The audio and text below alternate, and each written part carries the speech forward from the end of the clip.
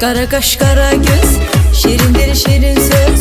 Kara kaş kara göz, şirindir şirin söz. Aman Habibim, yarım Habibim, canım Habibim. Aman Sabinem, yarım Sabinem, canım Sabinem. Ben senden ayrılmaram aman Habibim. O kara gözlere heyranam Habibim. Ben senden ayrılmaram bir an Sabinem.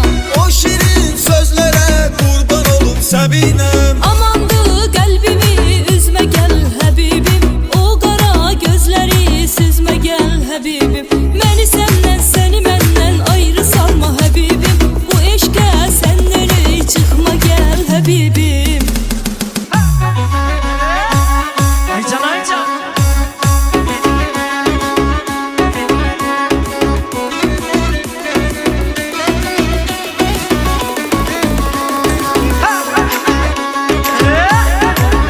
Aycan Aycan.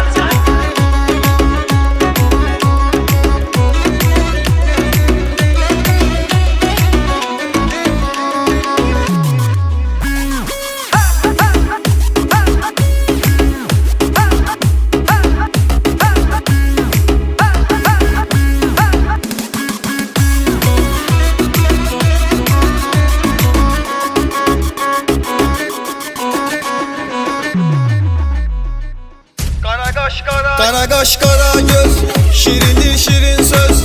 Kara kaş kara göz, şirindir şirin söz.